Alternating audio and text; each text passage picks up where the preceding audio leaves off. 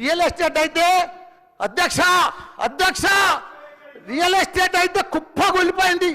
ఏదైనా పెళ్లికి అమ్ముదామన్నా కొంటలేరు ఎవరు, పైసల రొటేషన్ లేదు, వ్యాపారాలు లేవు, బిజినెస్ లేవు, ఏమీ లేవు అధ్యక్ష. దయచేసి మీరన్నీ కూడా ఆలోచించి. నమస్కారం అధ్యక్ష, మీరు నాకు అవకాశం ఇచ్చినందుకు చాలా చాలా ధన్యవాదాలు అధ్యక్ష. నాకు ఏం చేయాలనో ఎట్లా చెప్పాలనో ఏం చేయాలనో అర్థమైంది లేదు అధ్యక్ష. నేను పాలమ్మిన అధ్యక్ష, పువ్వులు అమ్మిన అధ్యక్ష, పెద్ద పెద్ద విద్యా సంస్థలు తెరిచిన అధ్యక్ష. ప్రపంచంలోనే భారతదేశంలోనే పెద్ద విద్యా సంస్థలు తెలంగాణ ఎవరికైనా ఉన్నాయంటే అవి మల్లారెడ్డికి ఉన్నాయి అధ్యక్ష. కానీ ఇప్పుడు అంతా అయోమయం ఆగం ఉంది అధ్యక్ష. ఎట్లా అంటే నా మేడ్చల్ నియోజకవర్గం అధ్యక్ష, భారతదేశంలోనే ఏకైక నియోజకవర్గం మేడ్చల్. నేను జిల్లా చెప్తలేను అధ్యక్ష, నియోజకవర్గం నాది పెద్దది అధ్యక్ష. 7 మున్సిపాలిటీలు, 3 కార్పొరేషన్లు, 61 గ్రామాలున్న ఏకైక మేడ్చల్ నియోజకవర్గం మల్లారెడ్డి అధ్యక్ష. మల్లారెడ్డి అధ్యక్ష,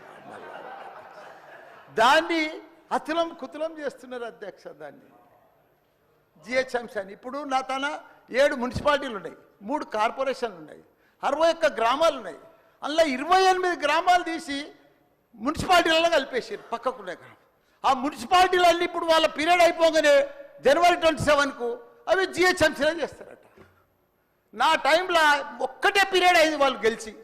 నా దగ్గర ఒక్క మేడ్చల్ నియోజకవర్గంలోనే కార్పొరేటర్లు, కౌన్సిలర్లు, మేయర్లు, జిల్లా పరిషత్ చైర్మన్లు, సర్పంచ్లు, ఎంపీటీసీలు, వార్డు మెంబర్లు వీళ్ళందరూ కలిసి ఒక మేడ్చల్ల 444 మంది నా తన లీడర్లు ఎదిగిరు అధ్యక్ష.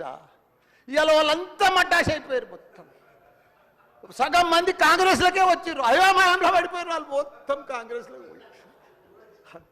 ఎందుకంటే మళ్ళీ ఎలక్షన్స్ వస్తాయి, మళ్ళీ మున్సిపల్ ఎలక్షన్స్ వస్తాయి, మళ్ళీ సర్పంచ్ ఎలక్షన్ వస్తాయి అంటే ఏ మున్సిపల్ లేదు, కౌన్సిలర్ లేరు, అన్ని జీవోలు కూడా వచ్చేసినాయి అధ్యక్ష. ఆల్రెడీ మున్సిపాలలో గ్రామాలు కలిసిపోయినట్టు, మళ్ళా గ్రామాలని మున్సిపాల్ కూడా అన్ని జిహెచ్ఎంసీలో కలిసినట్టు.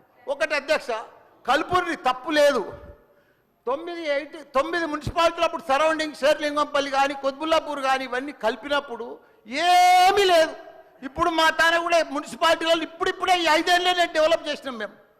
కానీ ఇప్పుడు ఇప్పటికీ ఇంకా గ్రామీణ వాతావరణమే ఉంది, ఇంకా పొలాలే ఉన్నాయి, ఇంకా సరిగా బాత్రూమ్లు కూడా సరిగా లేవు ప్రజలకు, ఇంకా పెంకిటిల్లే ఉన్నాయి. అవన్నీ కూడా జిహెచ్ఎంసీలో కలిపితే పరిస్థితి ఇప్పుడు బంజారాయిల్లో జూబ్లీ హిల్స్లో అదే ట్యాక్స్